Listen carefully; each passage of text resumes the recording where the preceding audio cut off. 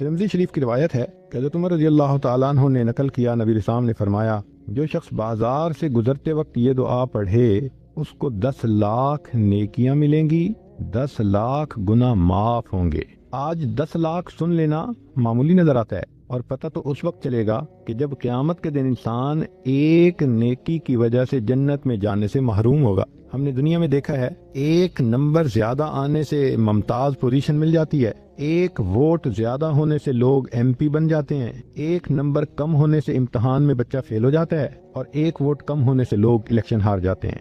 تو کبھی کبھی ایک کا عدد بھی بڑا امپورٹنٹ ہوتا ہے، اور یہی ہے کہ قیامت کے دن ایک بندہ ہوگا، حدیث پاک میں آتا ہے کہ اس کی ایک نیکی کم ہوگی، ایک گناہ ہوگا زیادہ۔ اللہ تعالیٰ فرمائیں گے اے میرے بندے، اگر ایک نیکی تجھے اور کہیں سے مل جاتی تو تیری نیکیاں اور گناہ برابر ہو جاتے، اور میں تمہیں اپنی رحمت سے جنت میں پھر بھیج دیتا۔ وہ بندہ اپنے والد کے پاس جائے گا، بھائی کے پاس جائے گا، والدہ کے پاس جائے گا، کوئی بھی ایک نیکی دینے کے لیے تیار نہیں ہوگا۔ وہ پریشان حال ہو کر چلائے گا، روئے گا، یہ اتنا مجھ سے محبتوں کے وعدے کرتے تھے، یہ قربان جانے کی باتیں کرتے تھے، یہ بیوی دیکھو ایک نیکی نہیں دیتی، یہ ماں جو مجھ پہ قربان ہونے کی باتیں کرتی تھی یہ ایک نیکی نہیں دیتی۔ جب کوئی بھی ایک نیکی نہیں دے گا تو ایک شخص ہوگا، وہ اس کو کہے گا کہ بھائی اچھا سنو، میرے نام اعمال میں صرف ایک ہی نیکی ہے، اور میں نے تو جہنم میں اب جانا ہی ہے، چلو میں یہ نیکی تمہیں دے دیتا ہوں۔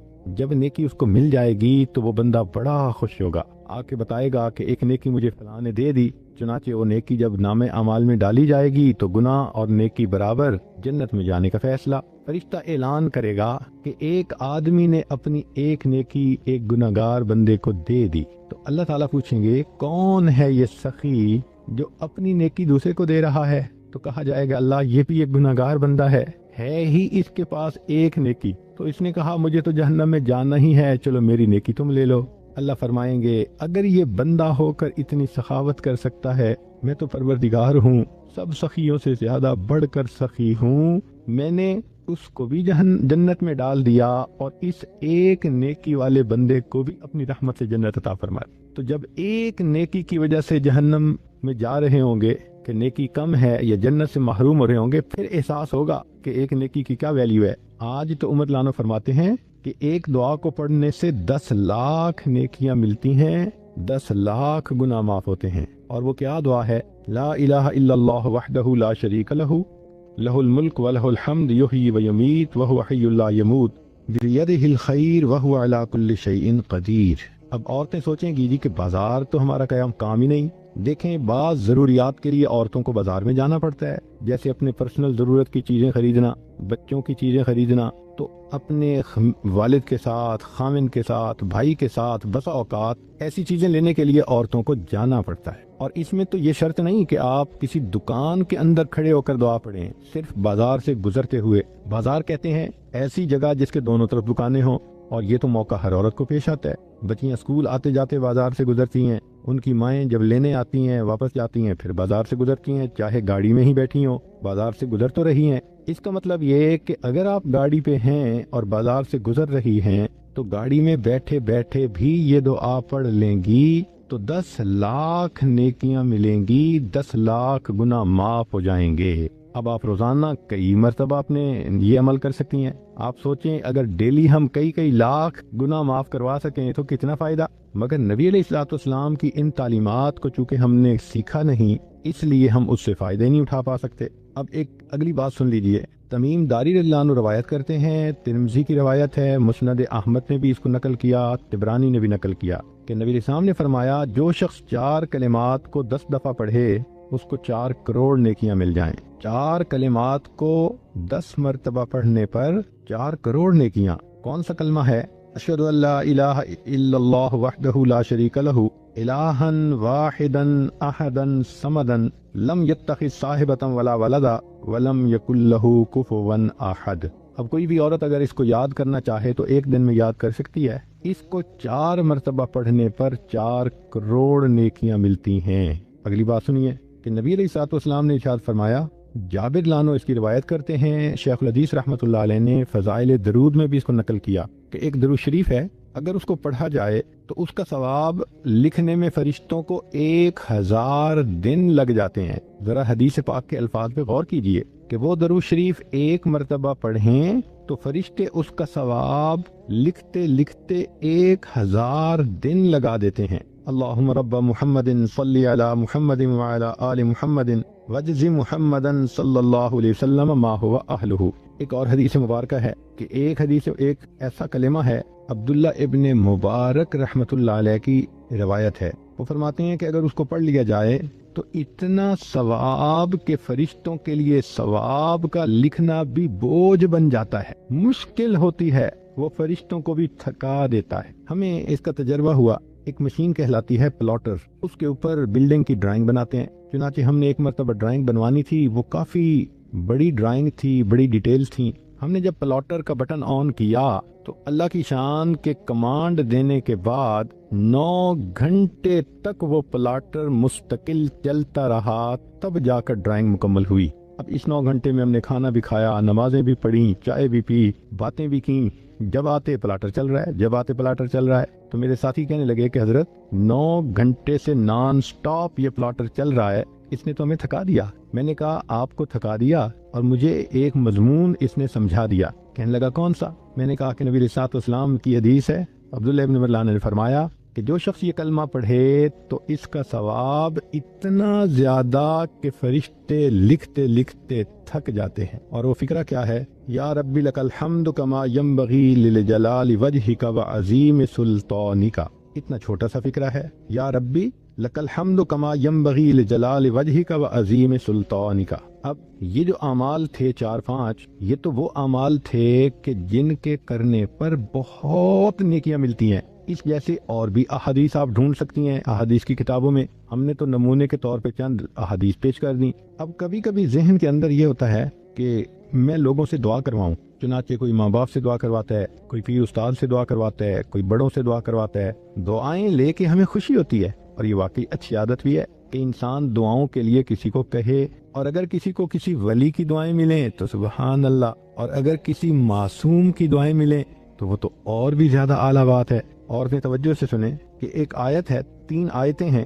معقل بن یسار رضی اللہ تعالیٰ عنہ فرماتے ہیں کہ نبی اسلام نے بتلایا کہ جو شخص ان 3 آیتوں کو صبح اور شام پڑھ لے گا تو 70,000 فرشتے اس کے لیے دعائے رحمت کریں گے۔ ایک ولی تو پھر بھی ولی ہے، کتنے گناہ ذمے ہوں گے چھوٹے یا بڑے، مگر فرشتے تو معصوم ہوتے ہیں۔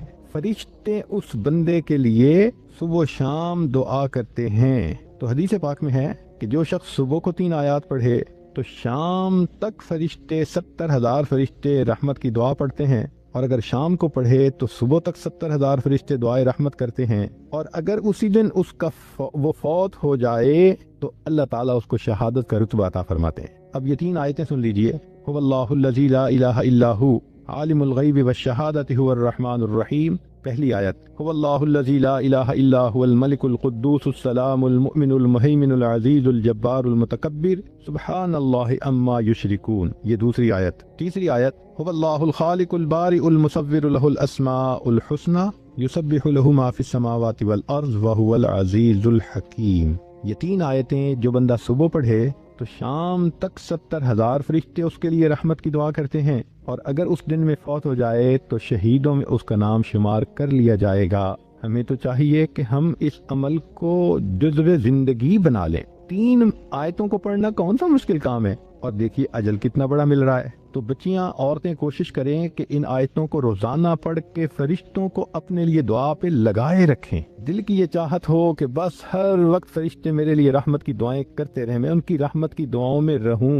یہ بھی ہوتا ہے کہ اللہ تعالیٰ ہمارے گناہوں کو معاف کر دے۔ تو علامہ سخاوی رحمت اللہ علیہ نے قول البدیع میں یہ حدیث روایت کی ہے، بخاری شریف کی روایت ہے کہ جو شخص جمعہ کے دن عصر کی نماز پڑھ کے اپنی جگہ بیٹھا رہے اور 80 مرتبہ یہ درود شریف پڑھے، اللہم صلی علی محمد النبی الامی وعلی آلہ وسلم تسلیما، تو اس کو 80 مرتبہ پڑھنے پر اللہ 80 سال کے گناہوں کو معاف فرما دیتے ہیں۔ 80 سال سے مراد پوری زندگی کے گناہ معاف۔ کتنا سستا سودا ہے، ہر جمعے کو یہ عمل ہم کر سکتے ہیں۔ بلکہ عورتوں کو چاہیے کہ وہ تو جمعہ کے دن عصر کی نماز کے بعد ساری عورتیں گھر میں اکٹھی ہو جائیں، بچے بھی اکٹھے ہو جائیں، عصر کی نماز پڑھ لیں اپنی اپنی، اور پھر وہیں بیٹھے بیٹھے سب بچے بچیاں عورتیں سب کے سب 80 مرتبہ درود شریف یہ پڑھیں، پھر دیکھیں اللہ تعالیٰ کی طرف سے کیسے برکتیں اس گھر میں آتی ہیں۔ ایک حدیث پاک میں ہے، جو شخص نماز فجر سے پہلے 3 مرتبہ یہ کلمہ پڑھے اللہ اس کے گناہ معاف کر دیتے ہیں، اگرچہ سمندر کی جھاگ کے برابر کیوں نہ ہوں۔ اور وہ فکرہ ہے، استغفر اللہ الذی لا الہ الا هو الحی القیوم واتوب الیہ۔ اب یہاں تک تو آپ کو اعمال بتا دیے، نیکیاں ملتی ہیں، فرشتوں کی دعائیں ملتی ہیں، 80 سال کے گناہ معاف ہو جاتے ہیں، سمندر کی جھاگ کے برابر گناہ ہوں تو بھی معاف ہو جاتے ہیں، مگر کئی مرتبہ لوگوں کے کام اٹکے ہوئے ہوتے ہیں، رشتہ آتا ہے دوبارہ رابطہ نہیں کرتے، ڈیل ہوتی ہے ہوتے ہوتے رک جاتی ہے، تو دوست احباب شکوے کرتے ہیں جی ہمارے کام پورے نہیں ہوتے، اٹک جاتے ہیں، اور پھر وہ کسی کے پاس جاتے ہیں، عملیات والوں کے پاس، تو ان کا تو چونکہ کاروبار ہے، انہوں نے پیسے کمانے ہوتے ہیں، تو وہ سمپل جواب دیتے ہیں جی کسی نے لگتا ہے تمہارا رزق باندھ دیا ہے، کسی نے تمہارا رشتہ باندھ دیا ہے، اور ہم اس کو بلیو کر لیتے ہیں۔ بھائی اللہ کسی کو دینا چاہے تو کون اس کو باندھ سکتا ہے؟ کیوں کسی کو چھوٹا خدا بناتے ہو؟ کوئی کسی کا رزق نہیں باندھ سکتا، کوئی کسی کا رشتہ نہیں باندھ سکتا، ہمارا ایک ہی خدا ہے، اس کے کام کو کوئی روک ہی نہیں سکتا۔ خواہ مخواہ اپنا عقیدہ بھی خراب اور اپنا عمل بھی خراب۔ سیدھی بات ہے کہ نبی علیہ الصلوۃ والسلام نے جو باتیں سکھائیں ان کو کریں، خود بخود عملیات سے جان چھوٹ جائے گی۔ چنانچہ عورتیں اکثر پوچھتی ہیں جی کہ میرا رشتہ اچھا ہو جائے، بیٹے کو جاب مل جائے، بہو کا ویزا رکا ہوا ہے، فلاں کام اٹکا ہوا ہے، تو بھئی اٹکے ہوئے کاموں کے لیے عمل نبی علیہ السلام کی مبارک زبان سے ابو داؤد شریف کی روایت ہے۔ نبی علیہ السلام نے فرمایا، جو مومن صبح و شام 7 مرتبہ اس دعا کو پڑھے گا اللہ تعالیٰ اس کے ہر ادھورے کام کو پورا فرما دے گا۔ اور وہ کیا ہے؟ حسبی اللہ لا الہ الا ہو علیہ توکلت وہو رب العرش العظیم۔ بعض لوگوں کو رزق کی تنگی کے بڑے شکوے ہوتے ہیں اور ان کے دل پہ فاقے کا خوف رہتا ہے، ڈر رہتا ہے، اور فاقے سے بچنے کے لیے وہ سارا دن کاروبار کے پیچھے بھاگتے دوڑتے بھی رہتے ہیں۔ سنیے، ابو نعیم کی روایت ہے، ابن ابی شیبہ نے بھی اس کو لکھا کہ نبی علیہ الصلوۃ والسلام نے ارشاد فرمایا، جو شخص اس دعا کو پڑھے گا اللہ اس سے 70 مصیبتیں دور کریں گے، جن میں سب سے چھوٹی مصیبت اس کا فاقہ ہوگا۔ جو شخص اس دعا کو پڑھے اللہ تعالیٰ اس سے 70 مصیبتوں کو دور فرمائیں گے، اور سب سے چھوٹی مصیبت فاقہ ہوگی۔ اور وہ فکرہ ہے، لا حول ولا قوت الا باللہ، لا ملجأ ولا منجأ من اللہ الا الیہ۔ کئی مرتبہ انسان غمزدہ ہوتا ہے اور سوچتا ہے میں تو اکیلا ہوں، میرا ساتھ دینے والا کوئی نہیں، ماں باپ فوت ہو گئے، کہاں جاؤں، کس کو دل کا غم سناؤں، میرا غم کیسے دور ہو؟ نبی علیہ الصلوۃ والسلام نے فرمایا، کنز المال کی روایت ہے کہ قرآن مجید کی ایک آیت کو 3 مرتبہ یقین کے ساتھ پڑھ لیں، اللہ تعالیٰ غمزدہ دل کو تسلی فرما دیتے ہیں۔ لا الہ الا انت سبحانک انی کنت من الظالمین۔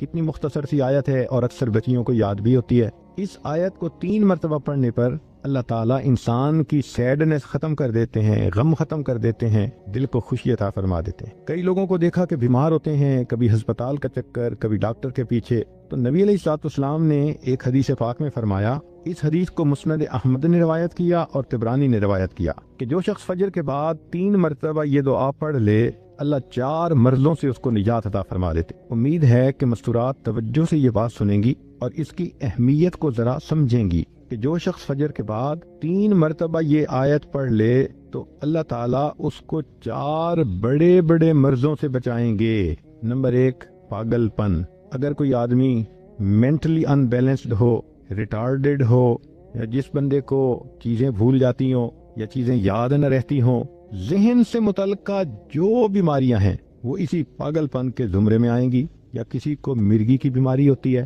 وہ بھی اسی زمرے میں آئے گی۔ تو پہلی بیماری جو اللہ تعالیٰ دور کرتے ہیں وہ ہے پاگل پن، اور دوسری بیماری کوڑ پن۔ کوڑ پن کہتے ہیں چہرہ بدصورت ہو جانا۔ یہ بھی ہو سکتا ہے کہ برس کی بیماری ہو جائے، جیسے بعض عورتوں کو جلد بالکل سفید ہو جاتی ہے اور عجیب بدنما چہرہ ہو جاتا ہے، یا کئی مرتبہ جسم پہ تل اتنے نکل آتے ہیں، دانے اتنے نکل آتے ہیں کہ چہرہ بدنما ہو جاتا ہے، یا چہرے پر داغ پڑ جاتے ہیں کالے رنگ کے۔ تو چہرے پہ داغ پڑیں، چہرے پہ دانے بنیں، یا چہرے پہ برس کے نشان پڑیں، کوئی بھی چیز ہوگی وہ اسی کوڑ پن کے زمرے میں شامل ہوگی، جس سے کہ چہرہ انسان کا بدصورت ہوتا ہو۔ یہ بیماری بھی اللہ دور فرما دیں گے۔ اب جن بیچاریوں کو بیوٹی پارلر پہ جانے کا شوق رہتا ہے اور اپنے فیس پہ پتہ نہیں کیا کیا پروسیس وہ کرواتی ہیں، تو ان کو تو چاہیے کہ وہ اس آیت کو یا اس فکرے کو بار بار پڑھیں تاکہ اللہ تعالیٰ ان کے چہروں کی خوبصورتی دیر تک سلامت رکھیں۔ اور تیسری چیز ہے اندھا پن۔ اندھے پن سے مراد یہ کہ آنکھوں کی بینائی ہی چلی گئی، یا آنکھوں میں موتیا بند آ گیا، یا آنکھوں پہ اینک لگانی پڑ گئی۔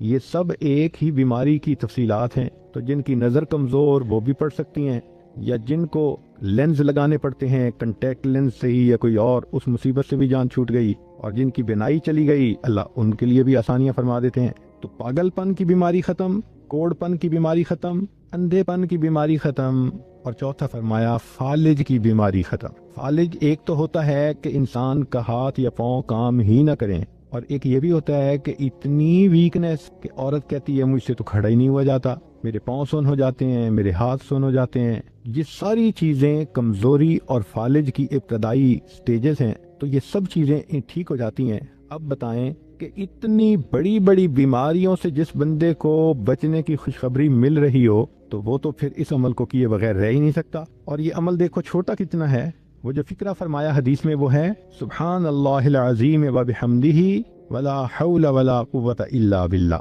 اتنا سا فکرہ پڑھنے پر اللہ چہرہ بھی پر نور بنا دیتے ہیں، میموری بھی تیز کر دیتے ہیں، اللہ تعالیٰ بینائی بھی تیز کر دیتے ہیں، اور اللہ تعالیٰ جسم میں طاقت بھی بھر دیتے ہیں۔ یہاں تک تو نیکیاں کمانا، گناہوں کو بخشوانا، فرشتوں کی دعائیں لینا، غم زدہ دل کو تسلی ملنا، اور بیماریوں سے محفوظ ہونا، اس طرح کے عمل بتائے تھے۔ اب ایک عمل سن لیجئے کہ دجال سے محفوظ ہونا۔